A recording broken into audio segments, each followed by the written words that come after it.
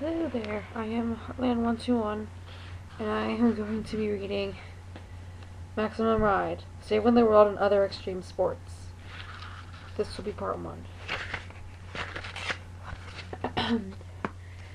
Lay off the freaking horn, I said, rubbing my forehead. Nudge pulled away from the steering wheel, which Fang was holding. Sorry, she said. It's just so much fun. It sounds like a party.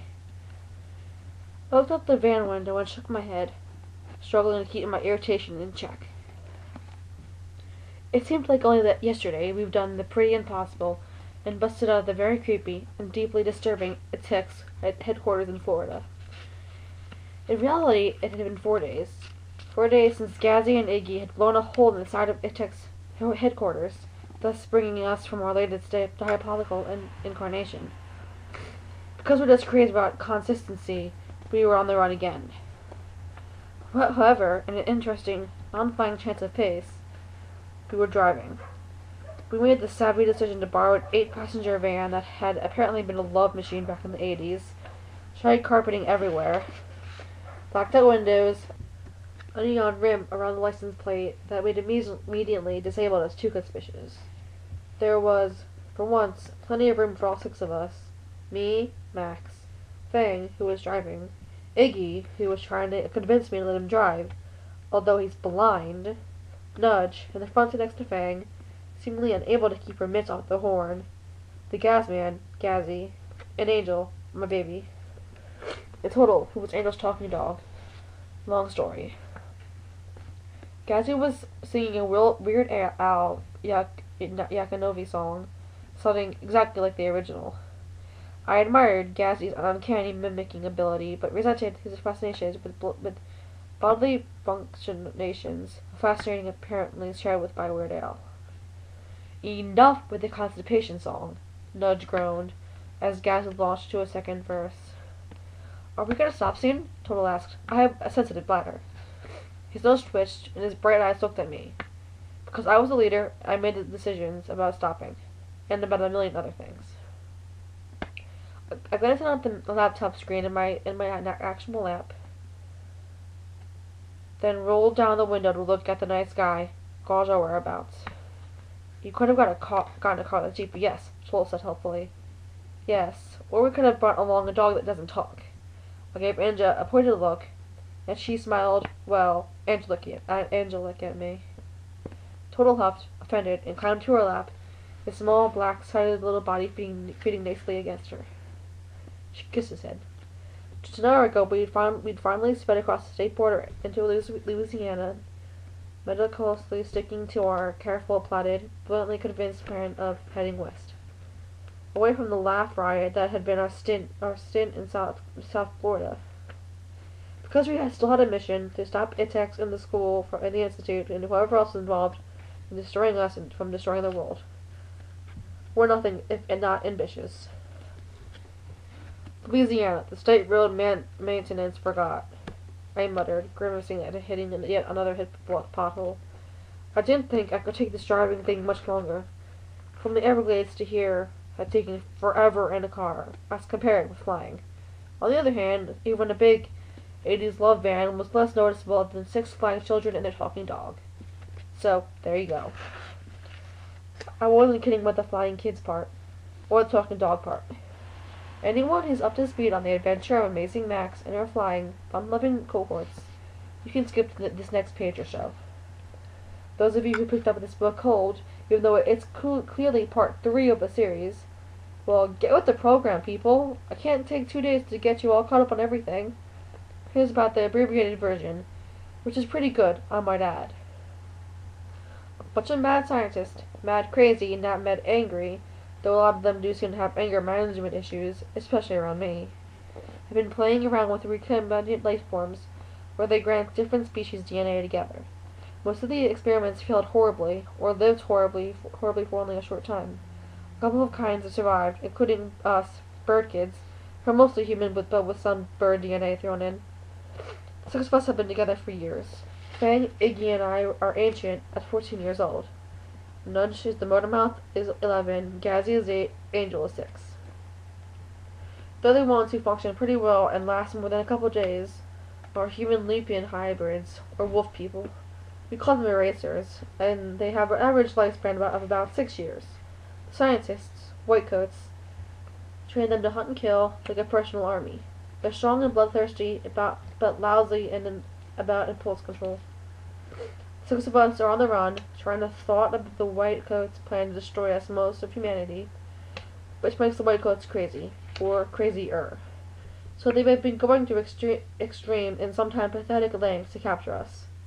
There you have it, our lives in a nutshell, emphasis on nut. But if above whipped your imagination into a frenzy, here's something even more interesting. Fang started a blog.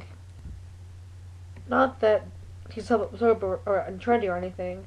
Nope, not him. We acquired OK Cole laptop when we escaped from Idiot Tech's headquarters. And get this, it has permanent satellite link up, so we're always online. And because it checks as a world-class top-secret paranoid tech fist, the link up is constantly changing code and passkeys. Its signal is completely untraceable. It's our key to every imaginable piece of information in the world. Not to mention movie times and restaurant reviews. I cry about every time I think about it. But anyway, with the lovely laptop, Fang is upchucking every bit of it, info we managed to gather about our past, the school, the institute, the text, etc., and onto the web. Who knows? Maybe someone will contact us with help and solve the mystery of our existence. In the meantime, we can locate the nearest Dunkin' Donuts in, like, seconds. Navigating roads and potholes felt like way more work than it's worth, so I convinced the flock to surrender our wheels and travel by wing. Back to the basics. By midnight, we had to cross from Louisiana into Texas and were approaching the sprawling, fuzzy glow of lights that was Dallas. Focusing on the least lit area we could see, we dropped altitude, coasting in slow, wide circles, lower and lower. We landed in a state park, where it took about a minute to find some welcoming trees to sleep in. And I mean in trees, not under them. Let's hear it for the government funding people. Take it from me. State parks are valuable nature research. Let's protect them. If only for the sake of the mean bird kids in your area. So, have we narrowed the plan down any? Fang asked me, after we'd done our hand-stocking goodnight, Rich and the other kids were asleep. I was draped across a wide branch of furty, swinging one leg, wishing I could take a shower. I keep putting 2 and 2 together and coming up with 37, I said. We have the school, the institute, ITEX, us, erasers, Jeb, and Walker, the other experiments we saw in New York. But what's the bigger picture? How does it all fit together? How am I supposed to save the world? I never would have admitted not knowing to the younger kids. Kids need leaders, need to know someone's in charge. I mean, I don't, but most kids do. I can't help feeling like the school is a place to start, I went on, ignoring the instinctive tightening in my stomach muscles at the thought of it. Remember when Angel said she overheard people at the school thinking about horrible disaster coming up, and afterward there would be hardly any people left? Yeah, you heard me right. Angel overheard people thinking. Another clue that we're no ordinary cast of characters. Angel doesn't just read minds, sometimes she can actually control them too. Fang nodded. And we survive because we have wings. And they get us fly away from wherever disaster happens. I was quiet for a minute, thinking so hard my head hurt. 2 questions, Fang said, his eyes looking like part of the night sky. 1, where's your voice? And 2, where are all the erasers? I've been asking myself the same things, I said. Those of you not in the know will be thinking, what voice? Why, the little voice inside my head, of course. You mean you don't have one? I did. Well, I hadn't lately, but I figured that was just a technical hitch. It wasn't like my voice had punched a time clock or anything. It was too much hope to hope that the voice might be gone forever, but at the same time I was a little freaked out by how alone I felt without it. The only thing I can think of is maybe the voice is transmitted inside my head somehow, and now we're out of range. Fang shrugged. Yeah, who knows? And then the erasers, I don't know that either. This is the longest we've never seen them, I said, giving the sky around us a quick scan. I still had a microchip in my arm that I was sure was leading them to me, but we hadn't seen a single eraser in 4 days. Unusually they popped up out of nowhere, no matter where we were or what we were doing. But it hadn't been ominously quiet on the eraser front. It's creepy, and it makes me feel like something worse is coming. Like there's a 1-ton iron safe hanging over our heads, waiting to drop. Nodding, Fang said slowly, You know what it reminds me of? Like when there's a storm coming, and all the animals somehow know how to disappear. All of a sudden, there's no birds, no noises. And you look up, and there's a twister headed right for you. I frowned. Think the erasers aren't here because they're thinking of an impending disaster? Yeah, he said. I leaned back against my tree, searching the sky again. Even 10 miles outside of Dallas, the city lights dimmed the stars. I didn't know the answers. Suddenly I felt like I didn't know anything at all. The only certain thing in my life where there is 5 kids around me. They were the only things I was sure of, the only things I could trust. Go to sleep, said Fang. I'll take the first watch. I want to check my blog anyway. My eyes opened shut as he pulled the laptop out of his bag.